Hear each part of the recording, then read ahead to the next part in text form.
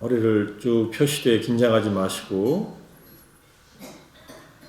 몸에 힘은 풀되 자, 마음으로 온전하게 모아서 소리를 먼저 한번 들어보겠습니다. 자, 종소리 한번 쭉 들어보십시오.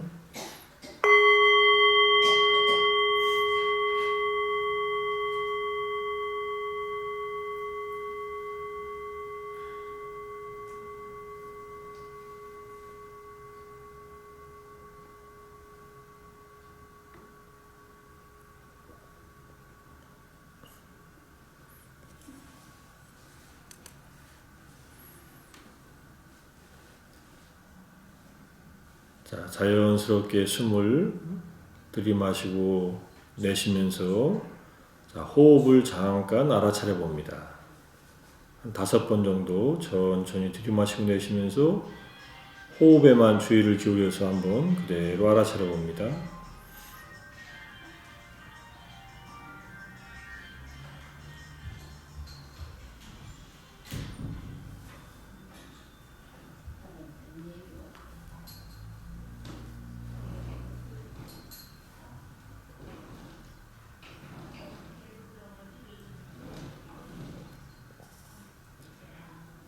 자, 이제 내 몸에서 또 내 마음에서 지금 현재 일어나는 경험을 그 어떤 것이 일어나더라도 있는 그대로 받아들이면서 알아차려 봅니다.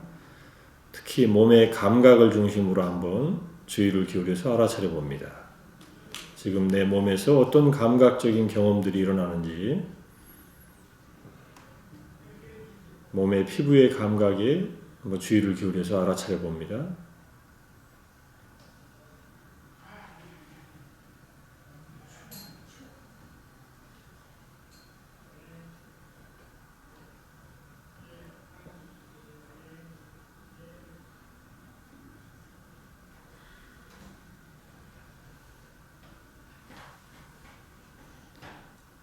자, 마음은 어떤 상태인가 그대로 한번 돌아봅니다. 지금 내 마음은 어떤 상태인가?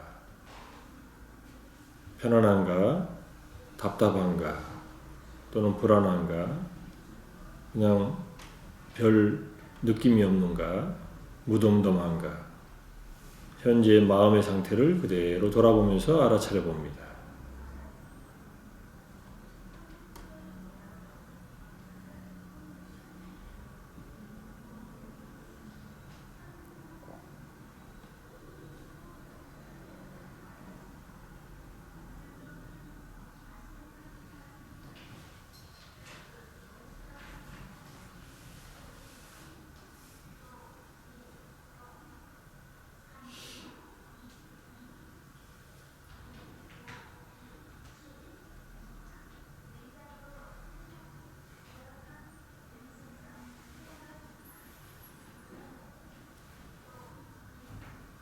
자, 다시 한번 호흡에 주의를 가만히 기울이면서 자, 호흡이 가장 선명하게 느껴지는 한 지점에 주의를 모아봅니다. 코끝에 공기가 닿는 감각이 분명히 느껴지면 그것을 알아차려도 좋고 가슴이나 복부에 거기에서 호흡이 느껴지면 그곳에서도 좋습니다. 자연스럽게 숨을 들이마시고 내쉬면서 호흡에 주의를 기울여서 호흡을 하고 있다는 사실을 명료하게 알아차리면서 호흡에 잠시 머물러 봅니다.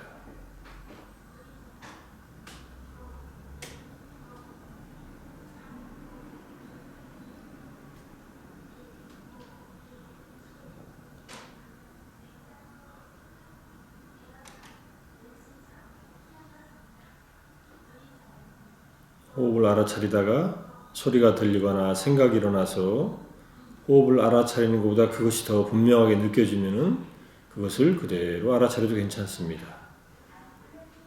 대신에 들리는 소리나 일어나는 생각에 마음이 끌려 들어가서 판단하거나 평가하지 마시고 경험하는 그대로 가볍게 알아차리면서 다시 주의를 호흡으로 되돌립니다.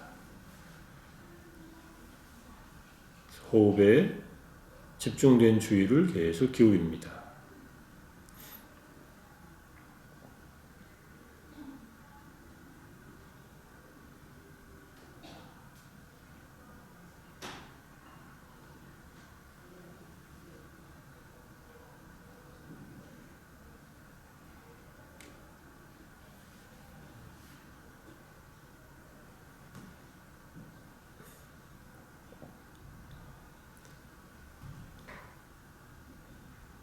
자, 어느 정도 이 알아차리는 마음 또는 마음 챙김이 조금은 회복되었다면 이제 자의 마음을 한번 같이 일으켜 보겠습니다.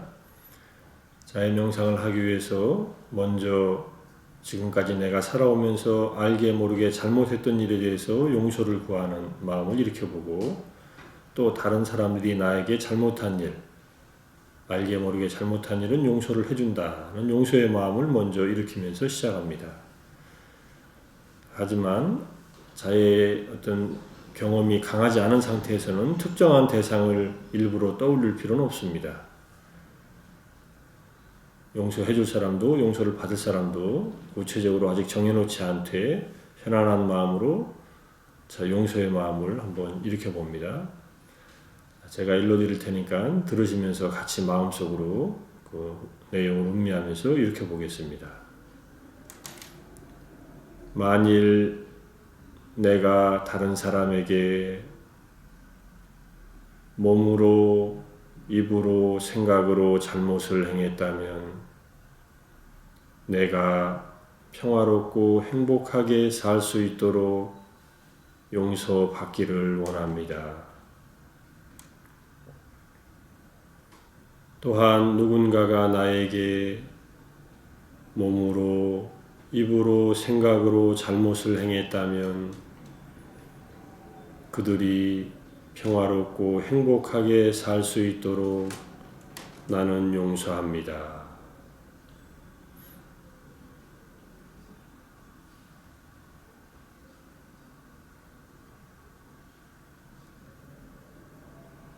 우리가 남에게 피해를 줬을 때 남아있는 죄책감이나 자책감, 또 남들에게서 피해를 받았을 때 내 마음에 응어리져 있는 원한과 분노, 적개심, 이러한 마음을 용서의 마음으로 어느 정도 부드럽게 가라앉힌 다음에, 자, 다음엔 나 자신을 향해서 자의 마음을 먼저 일으킵니다.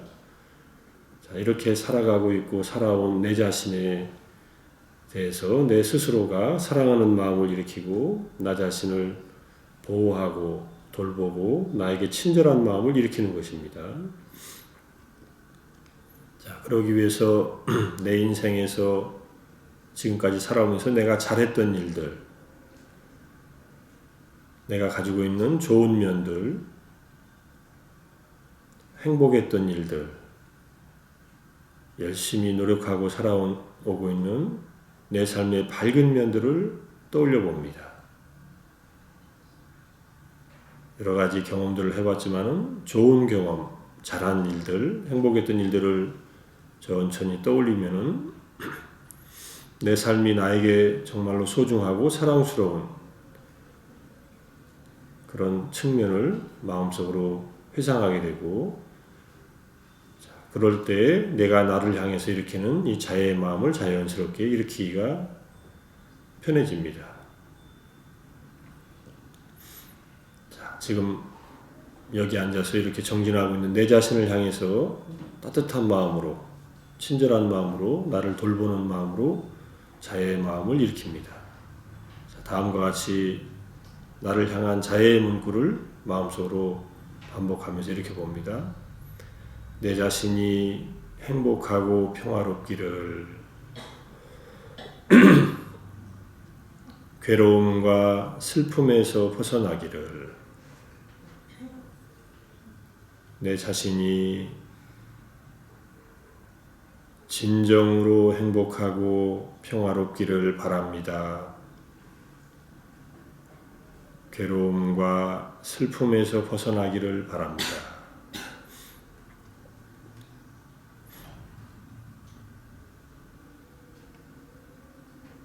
이 문구를 마음속으로 천천히 음미하면서 반복합니다. 지금까지 살아오면서 여러 가지 일을 성취하고 남들을 돌보느라고 애써왔던 내 자신을 이제는 나 자신을 위해서 온전하게 마음을 일으켜보는 것입니다.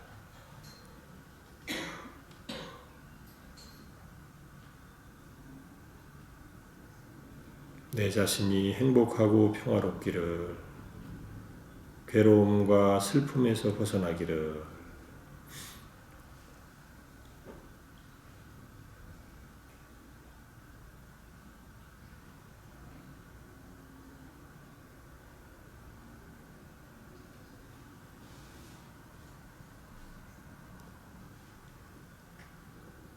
자, 다음에는 자의 마음이 가장 편하고 자연스럽게 일어나는 그러한 대상을 향해서 이렇게 봅니다.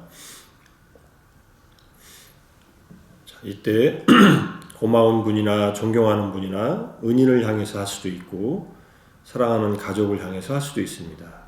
누구든지 내가 가장 자의 마음을 편하게 부담 없이 일으킬 수 있는 그러한 가까운 사람 중에서 한 사람을 선택을 합니다. 또는 한 집단의 구성원을 선택을 합니다.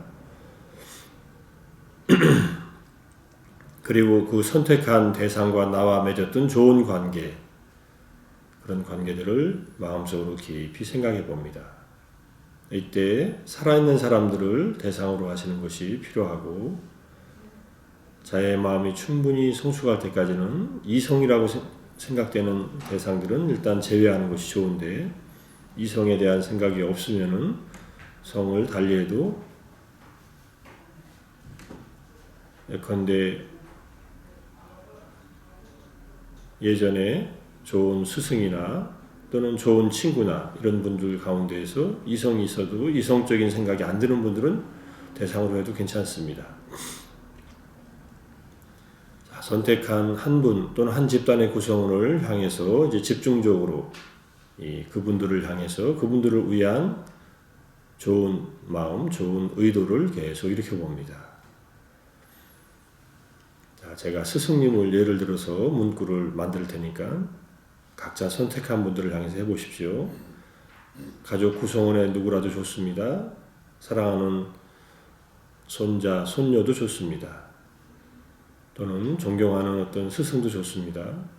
자, 마음속으로 선택한 분을 향해서 그분과 나와 맺었던 좋은 일을 생각한 다음에 자, 스승님께서 행복하고 평화롭기를,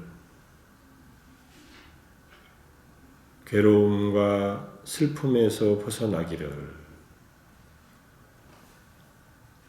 스승님께서 진정으로 행복하고 평화롭기를 바랍니다.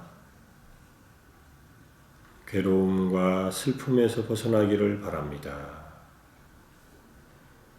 천천히 내 마음에서 내가 선택한 이 고마운 분, 존경하는 분 또는 사랑하는 사람을 향해서 그들의 행복과 평화를 바라는 자의 마음을 계속 일으켜 봅니다.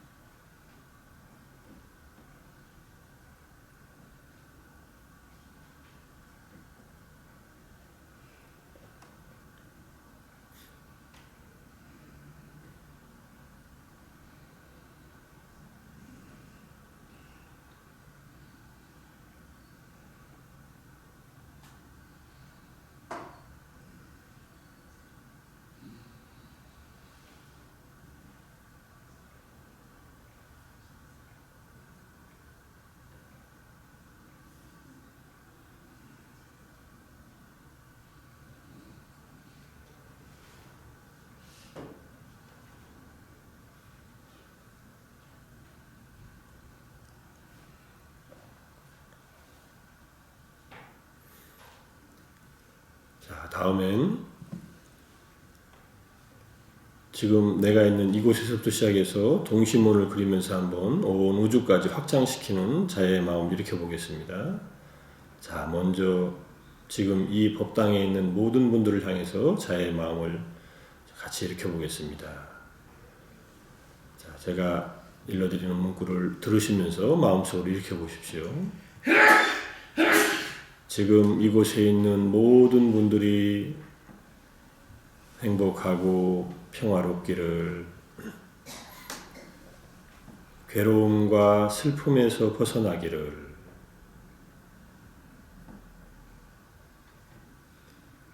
이 마을에 있는 모든 존재들이 행복하고 평화롭기를, 괴로움과 슬픔에서 벗어나기를, 성북구의 모든 존재들이 행복하고 평화롭기를, 괴로움과 슬픔에서 벗어나기를, 서울시의 모든 존재들이 행복하고 평화롭기를, 괴로움과 슬픔에서 벗어나기를, 대한민국의 모든 존재들이 행복하고 평화롭기를, 괴로움과 슬픔에서 벗어나기를, 한반도의 모든 존재들이 행복하고 평화롭기를, 괴로움과 슬픔에서 벗어나기를, 아시아의 모든 존재들이 행복하고 평화롭기를, 괴로움과 슬픔에서 벗어나기를,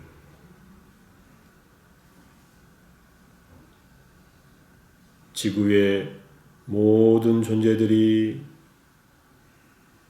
행복하고 평화롭기를, 괴로움과 슬픔에서 벗어나기를, 온 우주의 모든 존재들이 행복하고 평화롭기를, 괴로움과 슬픔에서 벗어나기를.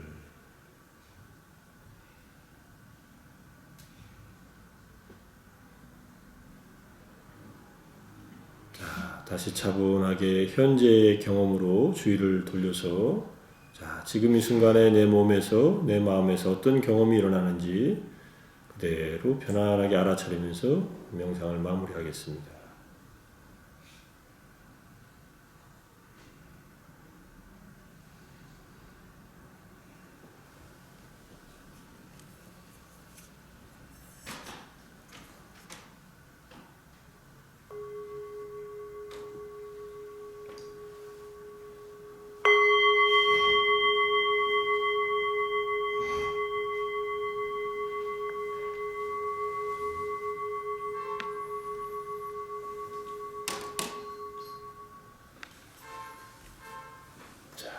편안하게 눈 뜨시고요. 잘 쉬셨습니까? 명상이 좀 되시는 것 같습니까? 잠이 오셨다면 잘 되신 거예요?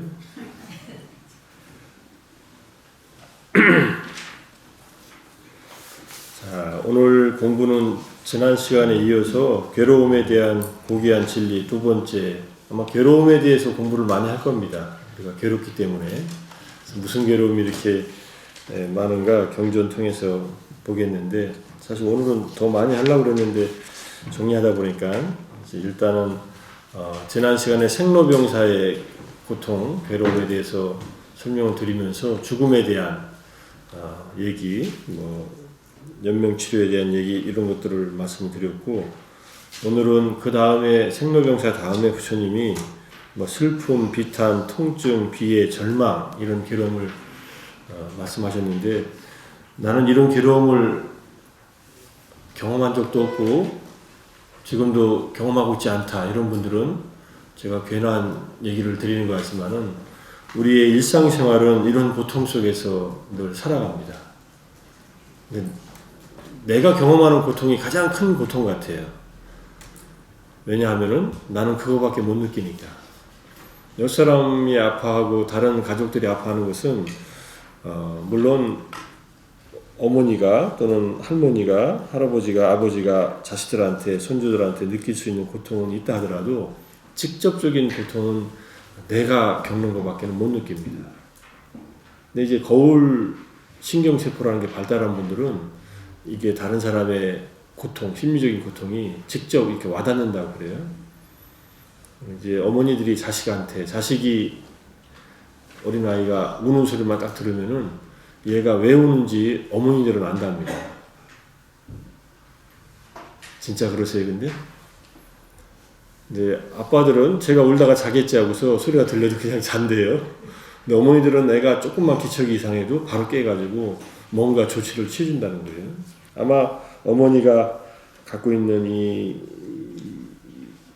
자식에 대한 사랑이나 또는 이 공감의 능력이 더 탁월한 부분이 있는 것 같다는 생각이 듭니다. 생명 있는 이 존재 중에서 어머니가 자식을 키우는 비율이 거의 다고 아빠가 아들을 또는 자식들을 키우는 이 예는 별로 없습니다. 가장 대표적인 동물이 해마라고 그러죠. 해마는 암컷이 알을 낳아놓고 수컷이 다 키워요. 암컷성들이 가버리고 거기는 아빠가 혼자서 다 키우는 그런 바닷속에 조그만 동물이지만 그 외에는 거의 다 어머니가 키우죠. 근데 그런 어쨌든 이 여기서 말하는 이 고통이라고 하는 것은 기본적으로 자기가 삶을 살아가면서 겪는 고통들인데 부처님이 이렇게 이제 정의를 합니다. 이런 고통들이 있다는 것을 아시고서 슬픔이란 무엇인가? 손실이나 고통스러운 일들과 부딪힘으로 생겨나는 걱정, 놀람, 내적인 슬픔, 내적인 재난을 슬픔이라고 한다. 좀 내가 사놓은 주식이 갑자기 하락하면은 이게 슬픈가요? 어쨌든 기분 나쁘죠. 고통스러운 어떤 경험들, 갑자기 해고 통지가 날아왔다 이러면은 좀 힘들겠죠. 자기 안에서 일어나는 이러한 고통스러운 일들과 부딪힘으로써 생겨나는 여러 가지 내적인 어려움들을 슬픔이라고 하는데 이것은 그런 대로 겪으면서 참아낼 수 있는데 그 다음에 비탄이라고 하는 것은 이런저런 손실과 고통스러운 일들이 너무 커가지고 울부짖고 비탄해하며 슬픈 상태에 빠져 있는 것. 그러니까 간단히 말하면 옆집 사람이 죽으면 슬픈데 내 가족이 죽으면 비탄에 빠지죠. 그렇게 이해하시면 어렵지 않습니다. 슬픔보다 훨씬 더 큰 슬픔을 비탄이라고 하는데 이 비탄에 빠져가지고 헤매고 있는 얘기가 부처님 경전에 대표적인 얘기가 끼사고탐이라고 하는 여인의 얘기와 빠따짜라라고 하는 여인의 얘기가 있습니다. 끼사고탐이는 시집을 가서 아이를 못 낳고 지내다가 어렵게 아들을 낳았는데 이 아들이 죽습니다. 어린 갓난아이인 채로. 그러니까 이 비탄에 빠져가지고 정신이 없어요. 아들을 살려내려고 죽은 아이를 낳고서 이 아이만 살려내면 뭐든지 하겠다고 여기저기를 헤매고 다니다가 이제 부처님을 만났는데 부처님께서 잘 아시는 내용이지만 내가 아이를 살려주겠다. 그냥 살려주면 되실 거를 조건이 하나 있다. 이렇게 얘기하시면서 그 동네에서 사람이 죽지 않은 집에 가서 겨자씨를 좀 얻어와라. 우리 같으면 사람이 죽지 않은 집에 가서 고춧가루 또는 깨소금을 조금 얻어와라. 이런 거하고 똑같습니다. 겨자는 인도에서 늘 쓰는 양념이니까. 그래서 희망을 가지고서 드디어 내 아이들을 살려줄 분을 만났다. 그래서 기뻐가지고 동네를 다닙니다. 동네를 다니면서 보니까는 처음에 한 집 가니까는 사람이 죽어나가지 않은 집은 사실은 없지요. 선조들이 다 있고 누구든지 죽어서. 그래서 쭉 다 돌고 나서 느끼는 게 사람은 여러 가지 이유로 여러 가지 조건에 의해서 이렇게 가족들의 죽음을 당하는구나 하는 것을 스스로 깨닫습니다.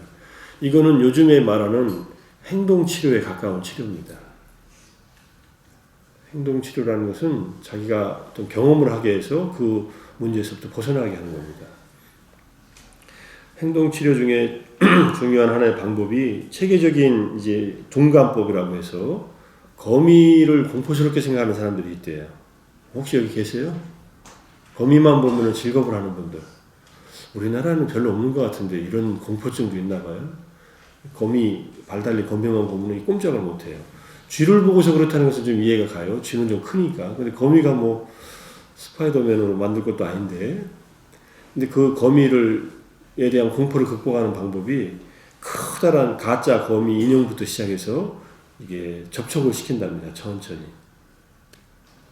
거미 인형을 만진다고 거미가 물지는 않지 않습니까? 그런 다음에 점점 진짜 거미 쪽으로 순서적으로 이렇게 훈련을 시키는 겁니다. 그러면 나중에 살아있는 거미, 독거미가 아닌 거미를 만져도 이게 무섭지 않으니까 거미에 대한 이 공포감에서 벗어납니다. 이게 이제 실제로 행동치료의 방법인데, 부처님이 이분한테 이용한 키사고타미라고 하는 분한테 쓴 방법은 바로 그런 방법이라고 할 수 있습니다. 사람이 죽지 않은 가족이 없다는 것을 자각하면서, 내 아들이 일찍 죽었지만은 나와 같은 경험만 하는 것이 아니라, 나만 이런 경험을 하는 것이 아니라 누구든지 일찍 또는 가장 사랑하는 사람을 이렇게 잃을 수가 있구나 하는 것을 딱 느끼면서 부처님한테 와서 자기가 그런 집을 발견하지 못했고 부처님의 가르침을 들을 준비가 되어 있는 상태에서 돌아옵니다. 이렇게 돌아온 다음에 부처님이 법을 설할 때 이게 귀에 들리지, 처음부터 부처님께서 만약에 키사고타미야, 사람은 누구나 죽는 거야, 네 아들만 죽은 게 아니라 저 집도 누구 죽었고 저 집도 누가 죽었어, 이렇게 얘기했다면은 아마 키사고타미가 쉽게 빠져나오지 못했을 겁니다. 그 고통에서.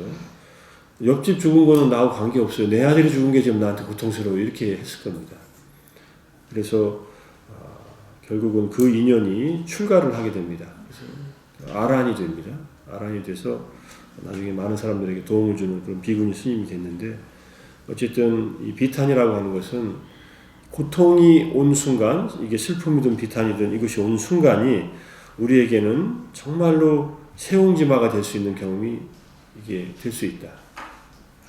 내가 가장 어려운 상황, 가장 비탄, 슬픔에 빠져있는 그 순간이, 그 순간에서부터 시작해서 이제 삶이 완전히 새로 바뀌는 그러한 순간이 될 수도 있다.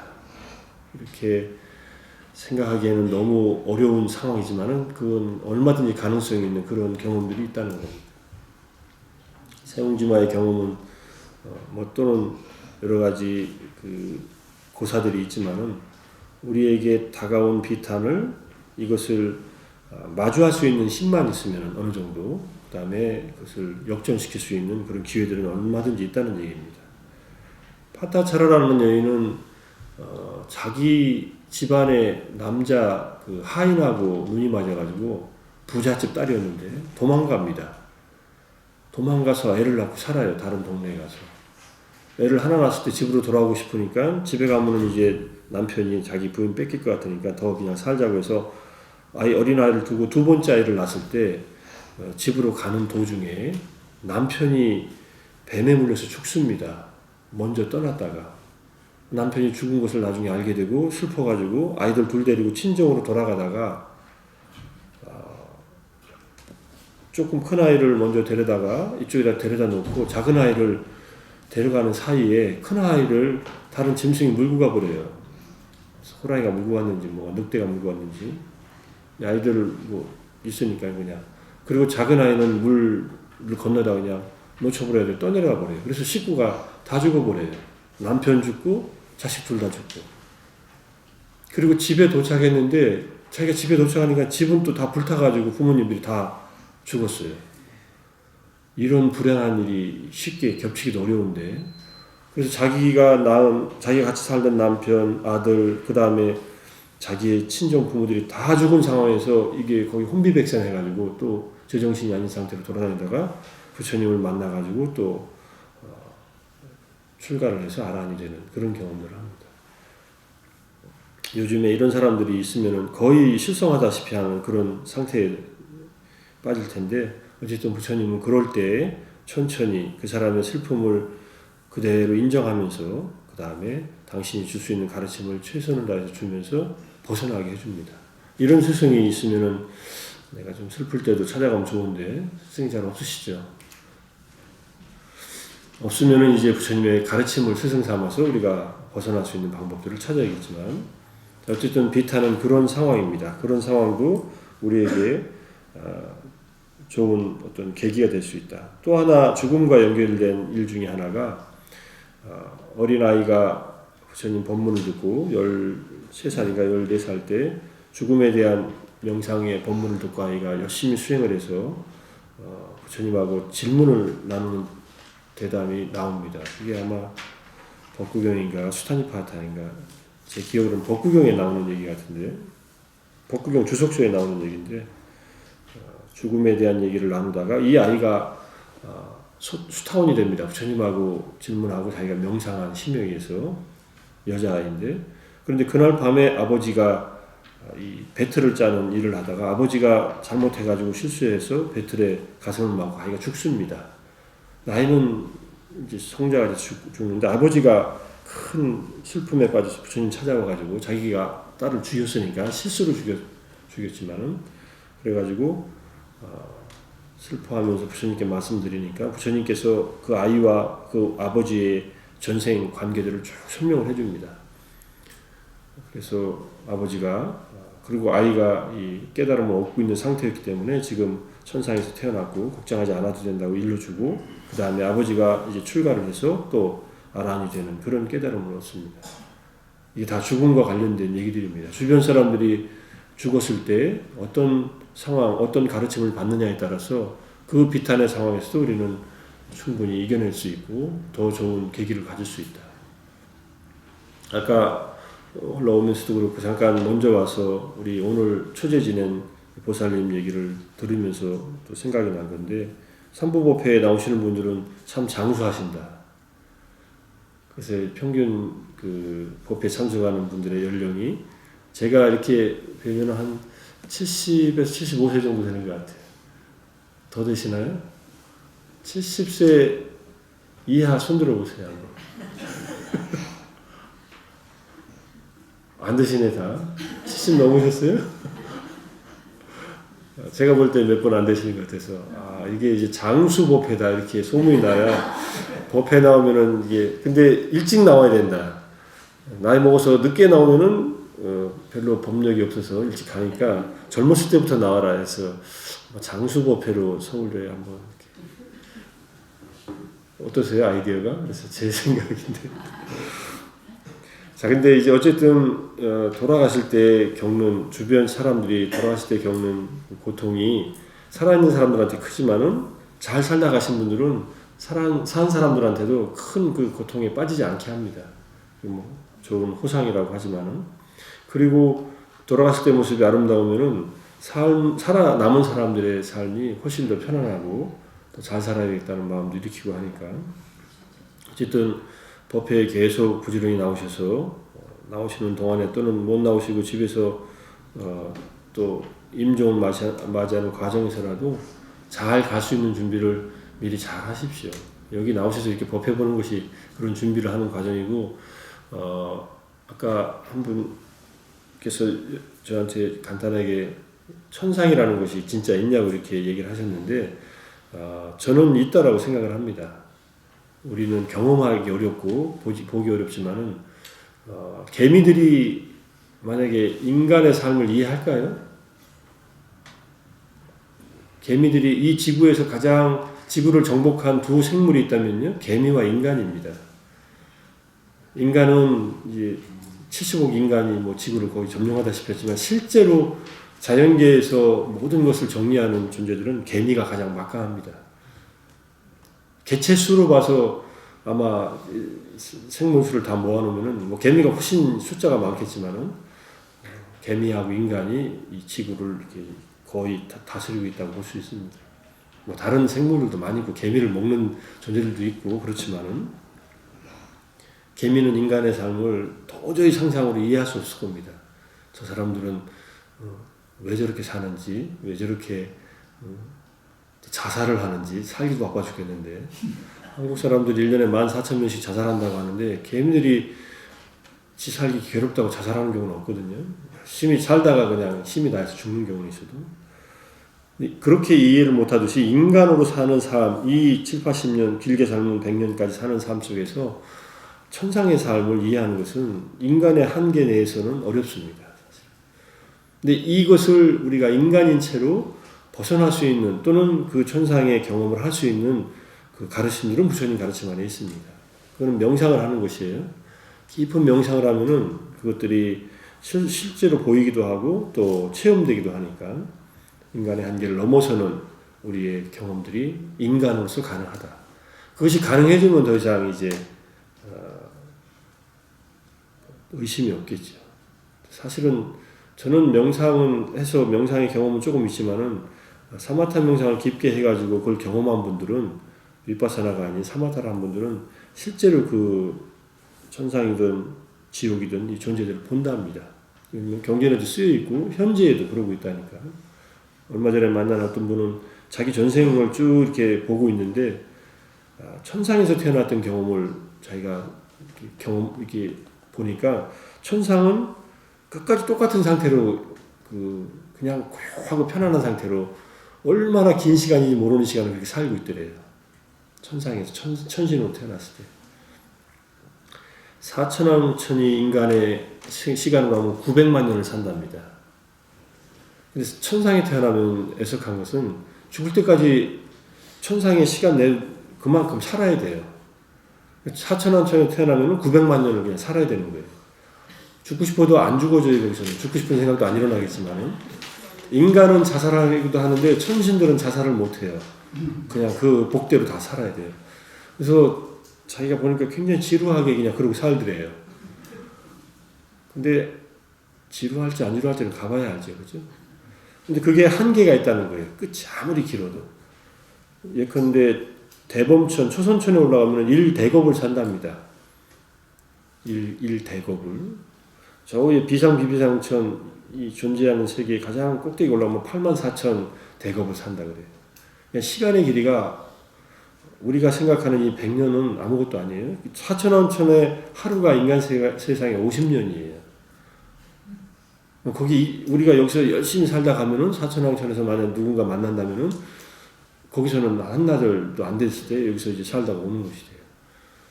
거기서 하루 이틀 정도 지나면 대부분 다 죽어서 인간 세상에 죽을 거 아니에요? 100년 이상 사는 사람 없으니까. 근데 그런 존재들이 있다. 근데 우리가 명상하고 앉아 있으면은 시간이 편안하고 잘 가지요.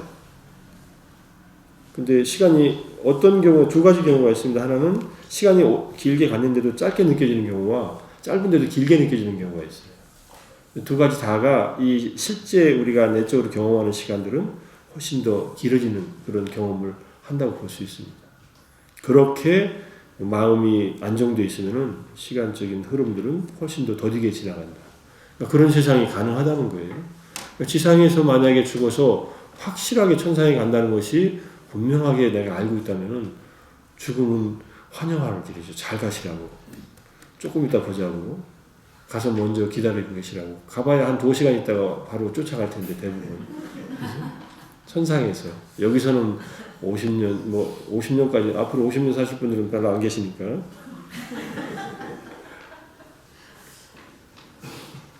자, 그래서 이 지상에서의 고통을 겪는 시간을 우리가 잘 활용을 하면은 이 지상은 인간으로 태어난 이 삶은 훨씬 좋은 조건을 가지고 있다. 천상에 가는데 수행을 모르고 가면은요, 그냥 그렇게 천상의 시간을 다 보내고 천상에 가는 업보다 다른 업이 있거든요. 우리는 윤회 속에서 업을 하나만 짓고 살지 않습니다. 인간으로 태어나서 지은 업들도 온갖 업들을 지어요. 저는 어렸을 때 엄마를 생각하면 끔찍해요. 그래서 하도 개구리를 잡아먹은 일도 많고 메뚜기 잡아먹은 것도 많고 지나가다가 뱀을 보면 왜 이렇게 죽였는지 몰라요. 지금은 보기도 싫은데 보면 오싹한데 뱀만 보면 저렇게 쫓아가서 죽였어요. 이 시골에서 자란 애들이 다 그래요. 대부분. 그게 재미로 삼아서 이렇게 다녀요. 뱀은 죽여서 뭐 먹지도 않아요. 그냥 버리는데 뭔 뱀하고 그렇게 뱀에 대한 잘못된 생각이 있어서 그런지 모릅니다. 인도는 뱀을 안 죽인다 그래요. 스리랑카도 뱀을 안 죽여요. 큰 뱀이건 작은 뱀이건 뱀이 있으면 그냥 이렇게 보호하고 이렇게 보내버리지. 어쨌든 그것만 생각하면 제가 이렇게 종종 가슴을 쓸어내릴 때가 있어요. 아유, 내가 그 업을 언제 다 받나. 분명히 지금까지는 별로 받은 것 같지 않거든요. 이 어린 작은 짐승들을 죽인 업을 생각하면. 그래서 이게 근데 그 조건이 아직 안 나타났기 때문에 그 결과가 안 나타나는 것인데, 그 조건이 나타날 때면 내가 어떤 고통을 받아도 받을 만한 일을 했구나 이렇게 생각할 수 있다는 거죠. 그러니까 지금 받는 고통들을, 여기 슬픔이든 비탄이든 이런 것들은 그런 업들이, 조건들이 무르익었을 때 나에게 다가오는 것이다 이렇게 생각하면은 그래도 견딜만 할 수 있습니다. 그 다음에 육체적 고통이 있습니다. 육체의 고통은 지금 몸이 아주 육체적으로 건강하다 이런 분들은 아주 젊었을 때 빼놓고는, 젊었을 때는 또 너무 건강해가지고 또 운동 심하게 하다가 아프고 그러니까 별로 없습니다. 몸이 아주 편안한 분들도. 지금 오래 앉아 계시면 무릎 아프시죠? 그런 고통은 다리를 쭉 펴시면 괜찮으세요, 그죠? 허리 아프시면 의자에 앉으시면 괜찮은데, 육체적 고통도 이게 우리가 피할 수 없는 첫 번째 화살이라고 합니다. 첫 번째 화살은 피할 수 없는 통증이고, 그다음 육체적 고통 다음에 정신적 고통이 있습니다. 정신적인 불쾌감, 정신에 의한 접촉에서 느껴지는 불쾌감, 비애, 슬픔이라고 하는데, 비애라는 말을 썼지만 이거는 사실은 싫어함 또는 정신적 고통을 말합니다. 이거는 육체적 고통 때문에 생기는 두 번째 고통입니다. 몸이 아픈데 짜증이 나는 거예요. 근데 몸이 자꾸 아프면 짜증이 나잖아요, 그죠? 짜증이 나면 자기 혼자 짜증내고 그러고 있으면 되는데 주변 사람들한테 계속 짜증을 냅니다. 그냥 내 몸이 안 편하면요, 남에게 친절한 마음을 내기 어렵습니다. 그래서 근데 그 육체적 고통을 잘 이겨내면은, 거꾸로 보면은 그 고통은 물론 참으라는 게 아니라 잘 관리를 하고 또 치료를 해야 되지만은, 그래도 경험할 수밖에 없는 고통이라면은, 이것이 내가 언젠가 지은 업들이 지금 결과로서 나타나서 소멸되는 과정이구나 라고 생각하면은 조금 더 편해질 수는 있습니다. 근데 이건 자기한테만 적용해야 돼요. 내가 아플 때 내 스스로 해야지, 누가 아픈데 그렇게 얘기하면 안 된다는 얘기예요. 누가 아프면은 간호를 해줘야지, 당신 지금 아픈 거, 당신 전생에 지은 과보가 나타나는 것이야 이러면은요, 몸도 아픈데 마음도 짜증이 나요. 특히 업에 대한 부정적인 생각을 갖게 됩니다. 그래서 나한테는 적용하고 남한테는 아프지요 이렇게 해주면, 공감해주면은 그분이 이게 뭔가 돌봄을 받는구나 이렇게 생각하면서 마음이 좀 안정될 수 있습니다. 근데 육체의 고통을 잘 이겨내는 것은 사실은 어떤 마음을 일으킬 수 있냐면, 이 고통들을 경험할 때 내가 고통스러운 경험을 피할 수가 없구나, 나도 이렇듯이 다른 존재들도 고통스럽구나 하는 것을 이해하면서 이 고통에서 벗어나기를 바라는 이 연민의 마음, 자비의 비심이 우리가 기를 수 있는 계기가 됩니다. 몸이 막 아프고 정신이 힘들 때는요,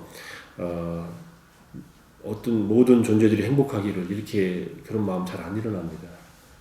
자해 명상을 한다는 것이 조금은 버겁습니다. 내가 힘들어 죽겠는데 무슨 남의 마음, 남이 힘든 것을 생각하는 마음이 저로 없어서, 그때는 내가 이 고통에서 벗어나기를, 그리고 또 조금 더 나아가서 나처럼 이렇게 고통스러운 다른 존재들도 그 고통에서 벗어나기를, 이렇게 연민의 마음을 일으키는 것이 효과가 있습니다. 그리고 연민을 깊게 기르면은 그 다음에 자애의 마음이 그 다음에 일어날 수 있습니다.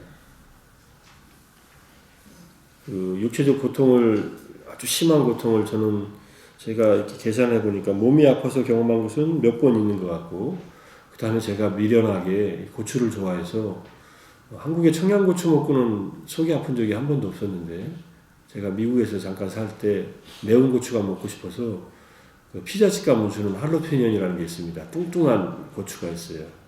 그것보다 더 매운 것은 멕시코 고추예요, 사실은. 조그만 고추. 근데 그거를 길러서, 씨를 사다 심어서 그걸 아주 잘 익은 거를 먹은 적이 있습니다.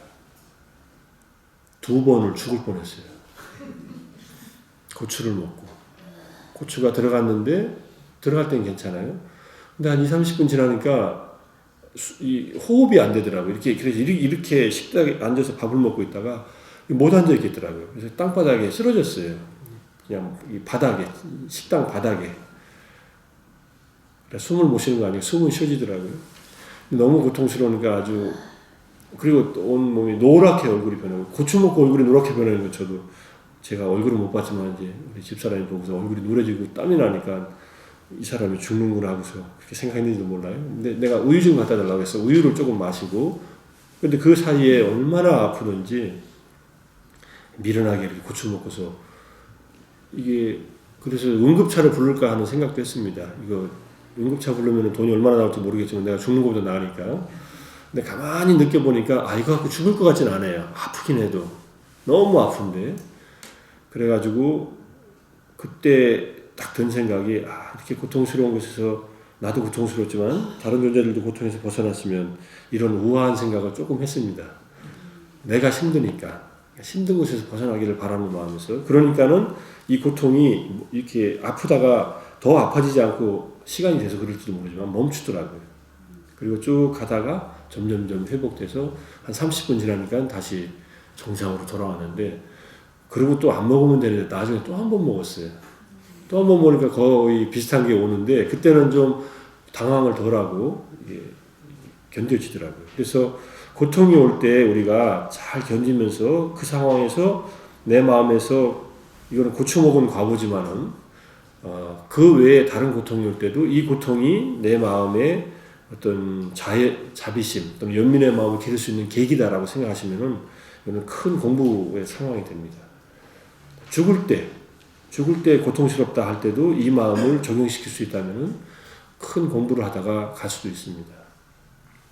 죽음의 순간이 편안할 수 있도록 고통이 올 때 항상 그것을 지켜보고 바라보는 마음을 가지고 있으면은, 그런데 두 번째, 정신적인 고통을 느끼지 않도록 육체적인 고통만, 통증만을 잘 이렇게 경험하면서 갈 수 있으면은 우리가 인생을 훨씬 더 안정되고 편안하게 살다가 갈 수 있다, 이런 얘기를 할 수 있습니다. 우리들만 고통받는 게 아닙니다. 아라한들도 육체적인 통증은 참을 수 없이 고통스럽게 일어나는 경우들도 많이 있었습니다. 부처님 당시 때도 아라한이 돼가지고 고통스러운 속에서 이제 임종하는 경우 부처님이 찾아가서 몸은 어떠냐고 묻고, 몸은 괴롭습니다. 근데 마음은 어떠냐 물으니까 마음은 편안합니다. 이 고통은 제가 감내하면서 지금 견디고 있습니다. 이렇게 얘기를 합니다. 그리고 재미있는 것은 제자들이 그 고통스러워서 힘들 때 부처님이 찾아가서 칠각지의 법문을 해주십니다. 염각지, 택법각지, 시각지, 경환각지, 그 다음에 정진각지, 정각지, 사각지, 칠각지의 법문을 해주면은 그 고통에서 벗어납니다. 그런데 하나 재밌는 사례는, 부처님이 통증이 있을 때, 몸에 고통이 있을 때 어떤 제자가 옆에 있었는데 제자 보고 칠각지를 좀 외워봐라 이렇게 얘기를 해요. 부처님이 그걸 들으시면서 부처님의 통증이 가라앉았다, 이런 얘기도 나와요. 부처님이 그걸 못하셔서 그런 게 아니라 하나의 예를 보인 거라고 생각을 합니다. 부처님도 몸에 통증은 있으셨거든요. 특히 나이 드셔가지고는 허리도 아프니까 내가 좀 누워있을 테니까 대신 법문을 해라, 이런 적도 있고. 그래서 칠각지를 잘 닦을 것. 칠각지는 내용이 이렇게, 칠각지는 수행의 어떤 좋은 결과를 경험할 때만 생깁니다. 수행을 열심히 할 때. 그래서 칠각지에 대한 그런 처방들이 부처님께서 어떤 몸에 통증이 일어났을 때 해주신 법문 중에 하나다, 이렇게 이해하시고.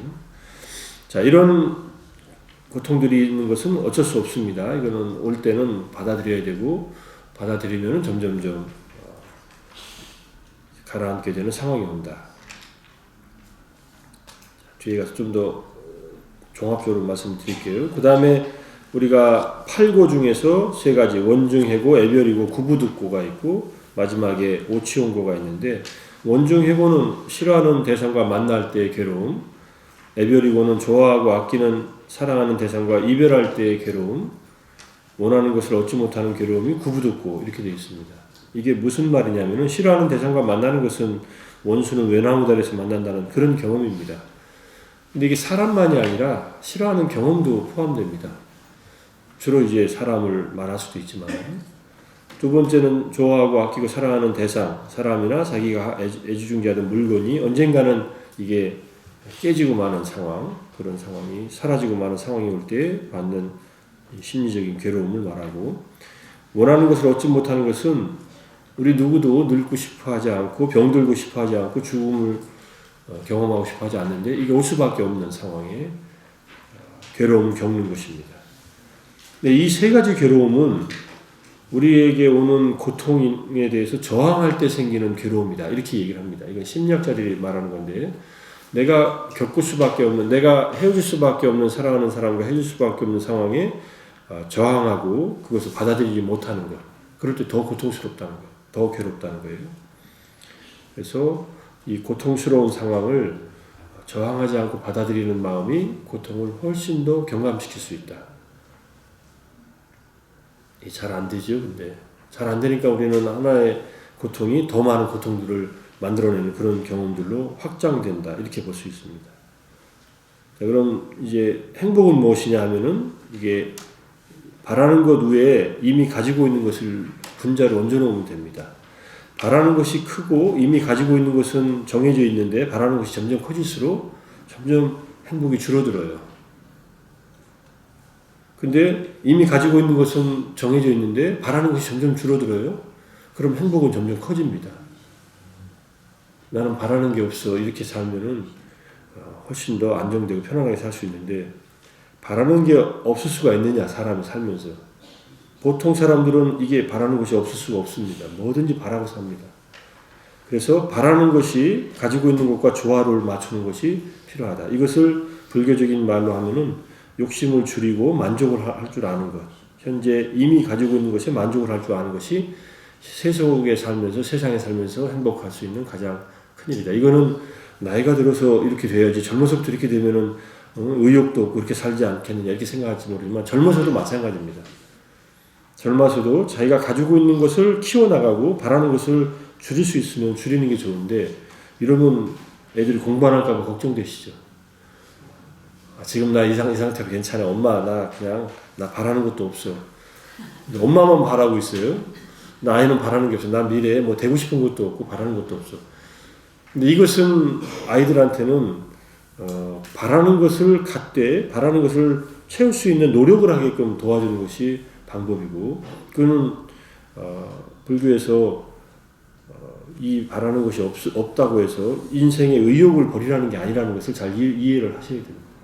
그리고 바라는 것이 없다는 것은 이 세속적으로 물질적으로 바라는 것을 좀 줄이라는 얘기인데, 이걸 줄이고서 돈 벌지 말라는 얘기가 아닙니다. 부처님은 돈은 많이 벌라고 했어요. 정당하게 남에게 해를 주지 않고 정당하게 제가자로서 살려면은 돈을 벌어라. 그래서 재산을 갖는 즐거움, 가지고 있는 재산을 누리는 즐거움, 세 번째는 빚이 없는 즐거움.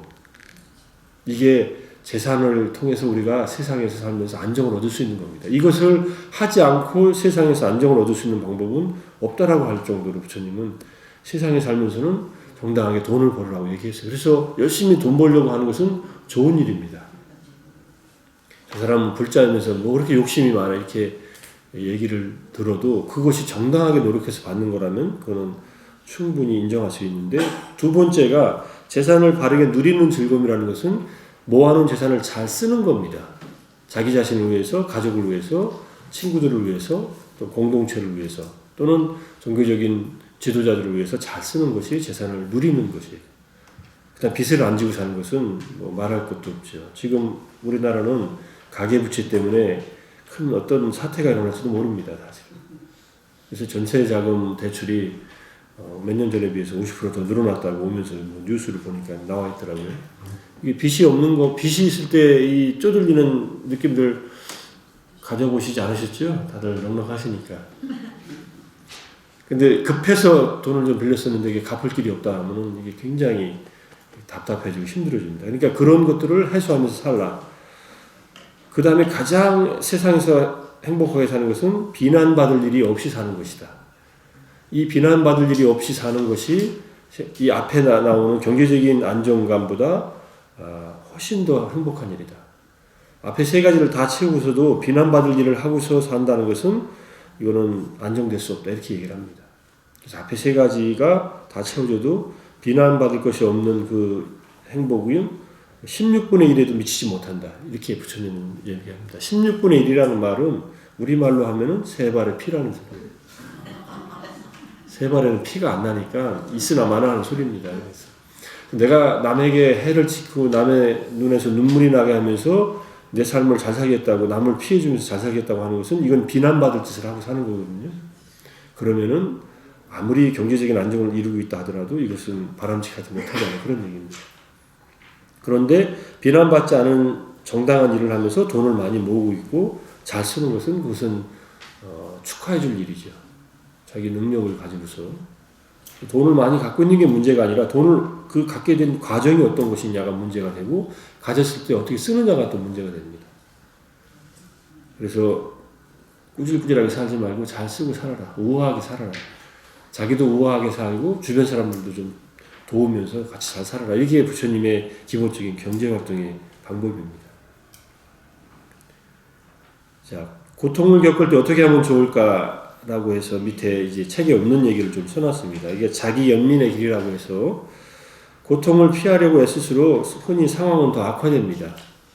고통을 피하려고 하는데 애써야죠. 그럼 내가 뭐 괴로운데 피하려고 하지 않으면 어떻게 하라는 소리야. 계속 괴로워하라는 소리야. 근데 애쓰는 방법이 이게 보통은 저항하고 회피하려고 하는데 모른 척하고 그렇게 하면은 이게 점점점 악화된다는 그런 얘기입니다.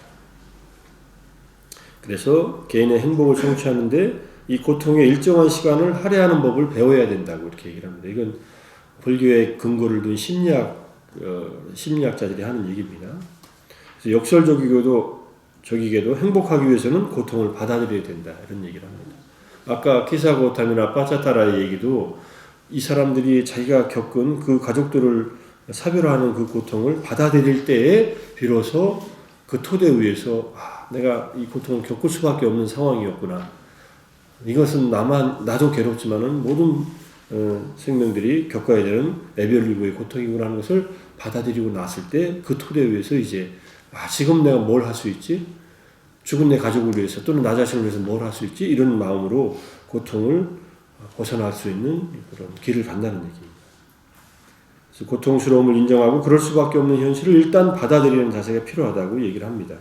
거기 이제 박스 안에 결혼 생활에서의 고통 수용하기 이런 내용으로 서양 심리학자들이 해놓은 얘기들이 있는데 결혼 생활의 논쟁 가운데 69%는 결코 해소되지 않는답니다. 결혼해서 오래 사신다고 해서 논쟁이 없는 부부는요 서로 포기한 부부이거나 정말 서로 잘 수용하고 이해하는 부부일 거예요. 근데 후자는 별로 없어요 사실은. 정말 이해하고 받아들여서 그래 당신이 참 잘했군 하면서 살기가 쉽지 않습니다.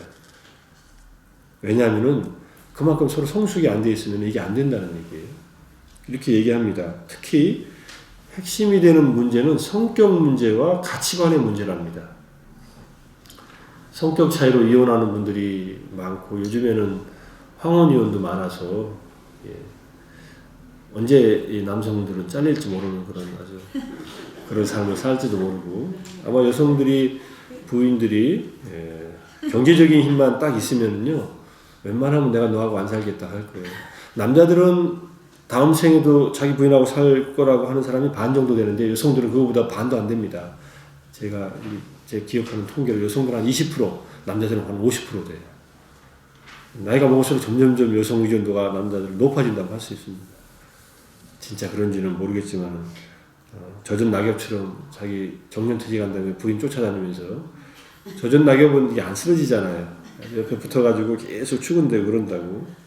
그런 인생을 살면 안 되는데 그죠 남자들은 언제든지 날아다닐 수 있는 가벼운 낙엽이 될 텐데 이게 잘 안 되는가 봐요. 왜냐하면 남자들은 직장 생활하면서 인간관계를 직장 내에서만 갖다 보니까 인간관계의 폭이 넓지 않아요.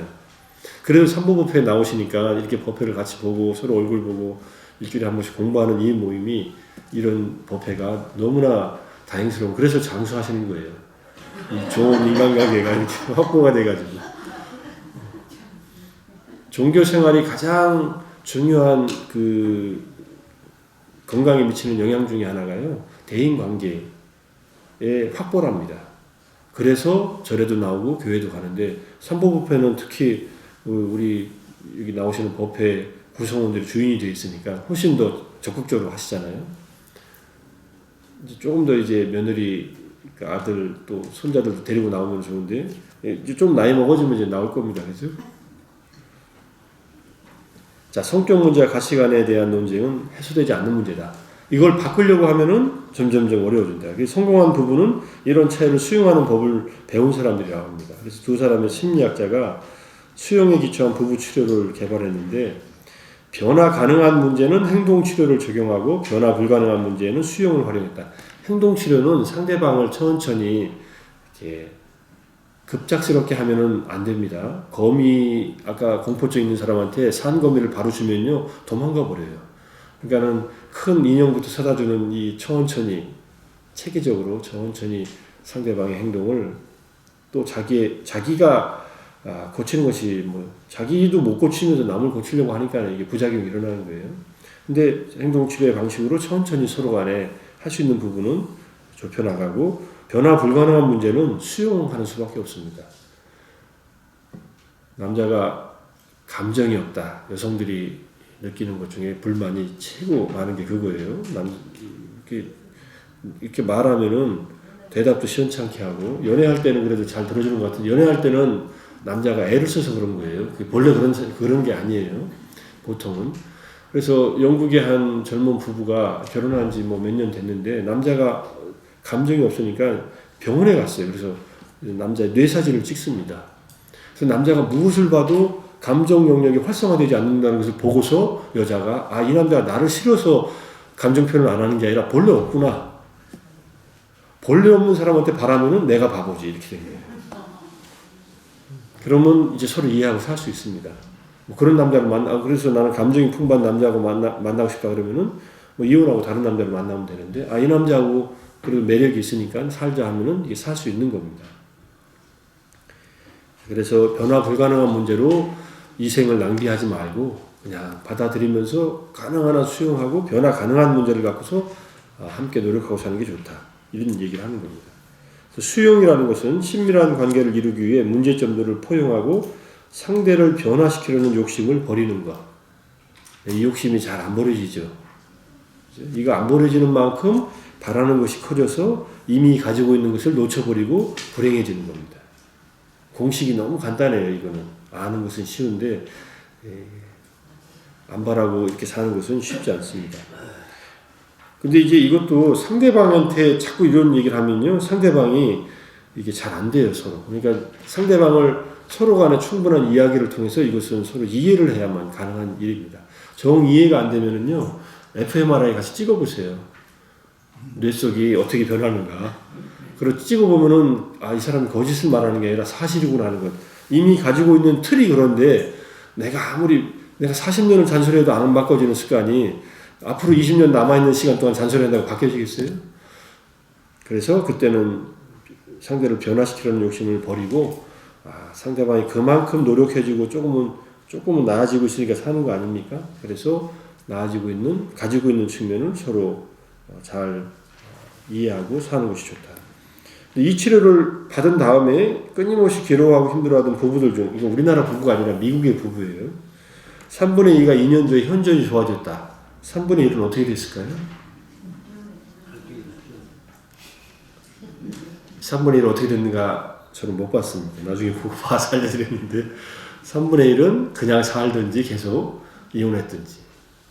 그래서 심리치료라는 것이 가져다 주는 효과가 이렇게 3명 중에 2명한테 효과가 있고 1명은 효과가 없다고 하는 게 통계입니다. 사실. 상담을 받거나 정신과 가서 약을 받아볼까 하면은 증상의 3분의 2 정도는 경감되지만 뿌리가 다 뽑히는 건 아니다. 이렇게 얘기해요. 그래도 3분의 2가 현저히 좋아졌다면 이거는 좋은 치료죠, 사실. 이거를 우리 스스로가 우리 삶에서 잘 적용하면은, 자기가 먼저 실행하지 않으면은 이거는 상대방한테 계속 당신만 변하면 우리 집안이 화목할 텐데, 이 생각은 이제 불가능한 일을 하려고 하는 겁니다. 그래서 내가 변하려고 하는 것 속에서 자기가 변하고 있으면요, 상대방도 느끼죠. 느끼기 시작하면은 이게 서로 이제 이해할 수 있는 통로가 생기는 겁니다. 이거를 나에게 그러니까 더 드시기 전에 하시는 것이, 이거를 못하는 분들은 이런 일이 전에 한번 제가 말씀드린 적도 있을 것 같은데, 연세가 한 80 가까이 되신 할머니가 제 불교 방송을 듣고 학교로 저를 찾아왔어요. 저를 만나면 뭔가 속이 시원할 것 같아서 어떻게 연락해서 찾아오셨어요. 찾아오신 이유가 남편하고 안 살고 싶대요. 할머니인데 80 드신 할머니. 왜 그러냐니까는 여전히 경제권을 남편이 쥐고 있대요. 그리고 그렇게 하녀 부리듯이 자기를 부리고 사는데 아직도 아주 속에서 우라통이 터져가지고 못 살겠대요. 그래서 얼마 전에는 남편한테 확 소리를 질렀대요. 남편이 장교 출신이라서 장교들은 집에서도 장교 노릇 하려고 그러거든요. 그 군대에서 장교 노릇 하고 집에서는 무슨 쫄병 노릇을 해야 이게 집안이 돌아갈 텐데 이게 잘 안 돼요. 자기가 갖고 있는 직업의 틀을 가족 안에서도 갖고 오려고 그래서 죽겠다는 게 자식들은 그래서 어떻게 되냐니까 자식들은 다 도망갔대요. 외국으로. 국내 하나도 없대요. 다 도망가고 둘이 사는데 아직도 죽겠다는 게 할아버지는 80이 넘은 거고 할머니는 70대 말이고 그만 살고 싶은데 돈이 없는 거예요. 보통은 이 부인들이 이 경제권을 갖고 있는데 이 할아버지는 끝까지 자기가 갖고 있는 거예요. 가려면 가 이런다는 거예요.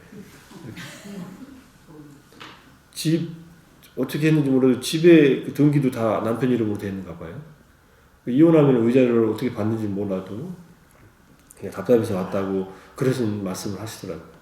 이게 남자의 이게 문제와 이건 기본적으로는 남자의 문제이고 그것을 그렇게 견디고 살아온 분도 고생을 하셨는데 이게 서로 간에 대화를 할 줄 아는 이 통로가 없어서 이렇게 된 면들이 많습니다. 대화가 잘 안 되시면은요 조금은 부부 치료를 받는 쪽으로 가시는 것도 좋습니다. 요즘에는 달라졌어요 프로그램에서 그런 게 많이 나오더라고요. 지난주 달라졌어요가 할머니 할아버지가 싸우다가 할아버지는 선생님 출신인데 정년퇴직하고 그 싸우는 것을 이제 큰 아들인가 큰 며느리가 EBS에 연락해가지고 우리 부모님 시아버지 좀 어떻게 달라지게 좀 해주세요 해가지고 이게 프로그램을 만들면서 진짜 달라지더라고요. 이거는 쇼를 하는 게 아니라 쭉 싸울 때부터 다 찍어요. 부끄러운 장면부터 좋아지는 장면까지. 그래서 이게 사람이 달라질 수 있구나. 달라지는 계기가 되는 것이 고칠 수 없는 것은 내버려 두고 고칠 수 있는 것을 다뤄나가는 것이 현명하다. 그리고 서로 간에 상처 준 얘기 있으면 좀 이해하려고 노력하고. 근데 계속 우리는 어떻게 생각하냐면요. 내가 이미 사과했잖아. 한번 사과했으면 그냥 그걸로 됐지. 그거를 사과를 한 번 하면은 끝나는 줄 남자들은 알고. 남자들은 보통 그렇게 끝내거든요. 근데 서로 간에 뭐 싸웠다 하더라도 사과하면은 받아들여요. 그리고 술 한잔 마시고 끝내든지 정 안 되면 한 대 주워 패고 주워 맞고서 서로 악수하고 끝내든지 하는데 여성들은 상처가 이게 바위돌에 새기듯이 새겨져가지고 계속 거기서 이게 진국이 나오나 봐요. 이게 근데 평생 나와요. 얼마나 힘들겠어요. 자기도 힘들고. 근데 이게 만약에 해결될 수 없는 길이라면은 내가 상처를 받았구나. 이 상처가 저 사람 때문에 생겼다 하더라도 나한테 새겨진 것은 또 내 문제구나.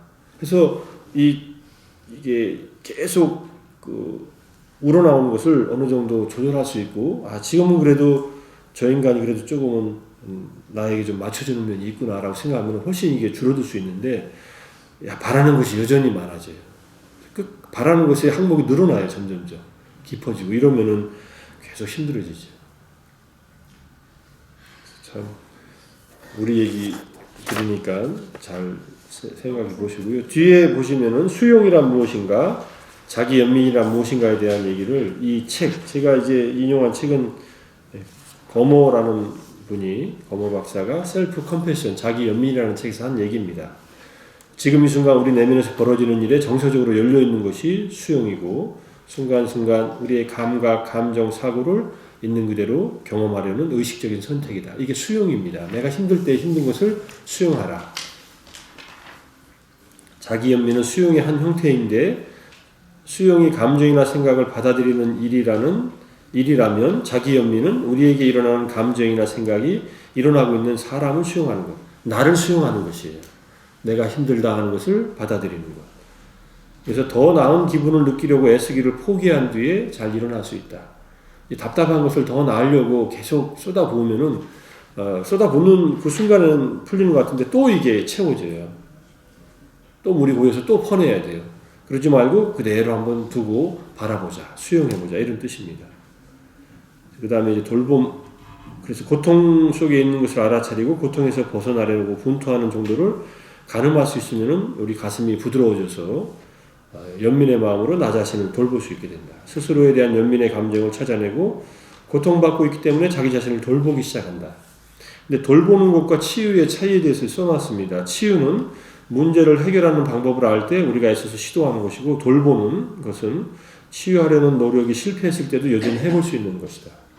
우리가 나를 또는 상대방을 바꿔서 내가 치유될 것이라고 생각하지만은 그것은 쉽지 않은 일이다라는 것을 인정하고 자기를 돌보는 거예요. 일단은 내가 어려움이 닥쳤을 때 이 어려움에서 벗어나기를 하는 돌보는 마음으로 자기를 보는 겁니다. 죽어가는 사람에 대해서 애써 노력하기를 그만두고 부드럽게 죽음의 경험에 동참하는 것. 이거는 임종할 수밖에 없는 상황에 놓였을 때의 일이에요. 임종 과정에 들어간 사람은 무엇을 아무것도 할 수 없는 상황이 옵니다. 누구든지. 그죠?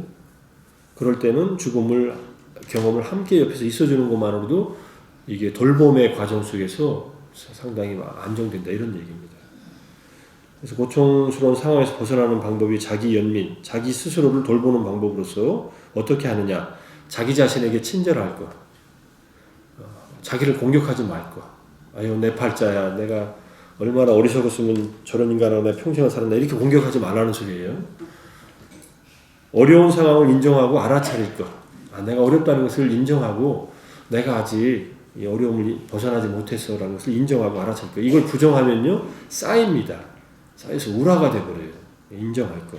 어쩔 수 없는 일은 수용할 것. 지금 할 수 있는 가치 있는 일에 마음을 쓸 것. 그래도 내가 할 수 있는 일이 있거든요. 뭔가 적어도 절에 나온 일을 할 수 있으시잖아요. 계속 나오세요. 그런 자기가 가치 있는 일을 하는 것이 중요하다. 그리고 내 자신이 고통에서 벗어나기를 바라는 마음을 항상 일으킬 것. 나도 일으키기 시작하면요, 아유, 저 인간도, 사람이 우리가 살아온 환경에 대한 이해를 하면요, 훨씬 더 수용하기 쉬워집니다. 근데 평생 살아도 자기 어렸을 때 상처를 자기도 모르고 배우자한테 얘기 안 하는 경우가 많습니다. 자기 살았을 때, 어렸을 때. 왜냐하면 그것이 너무 상처가 커서 감춰져 있거나 눌러져 있는 경우가 많아요. 근데 서로 처음 만나갖고 좋아가지고 계속 살다가 보면은 어렸을 때 상처를 상대방한테 이걸 위로받고 싶고 이게 좀 치유받고 싶은 욕구들이 일어나거든요. 나도 힘든데 그러려고 같이 사는 거 아니에요? 보살행을 하려고 살면은요 괜찮아요. 법륜 스님이 스님의 주례사에서 결혼을 상대방을 위해서 해봐라. 그러면은 결혼 생활이 할만할 것이다. 근데 그런 결혼을 누가 해요? 그런 결혼을 하려면 뭐하러 해요? 나 혼자 살지. 내가 덕보려고 결혼하는 거 아니에요? 그죠? 덕보려고 결혼하는데 그 덕보려고 하는 것이 내 어렸을 때 상처에 대한 보답을 받고 싶어 해요. 자기 배우자한테. 그런데 이것을 충분히 설명 안 한 채로 그렇게 그냥 살려고 해요. 그러니까 이게 이해가 안 되는 거예요. 차라리 그것을 얘기를 하기 시작하면은, 근데 서로 준비가 안 된 채로 얘기하면 어려우니까 중간에 좀 그거를 매개자를 두고서 얘기하면은, 그게 상담사라든지 누구를 두고서 얘기를 하면은 훨씬 더 이해하는 데 도움을 받습니다. 아, 이 사람이 멀쩡한데 어렸을 때 아버지한테 그런 심한 폭력을 당한 상처가 너무 깊어가지고 저기 저렇게 가라앉지 않는구나. 어렸을 때 어머니가 힘들어해서 그 어머니를 돌봐야 된다는 생각이 너무 강해가지고 지금도 저 어머니한테서 저런 그 어떤 부인이 생각할 때 어머니에 대한 사랑이 너무나 강해서 자기는 따돌림 받는다고 생각하는 거야. 이렇게 생각하는데 실제로는 그런 경험들이 있습니다. 과거의 경험들이. 거기에 대한 이해만 이루어지면 훨씬 더 편하게 살 수 있다는 그런 얘기죠.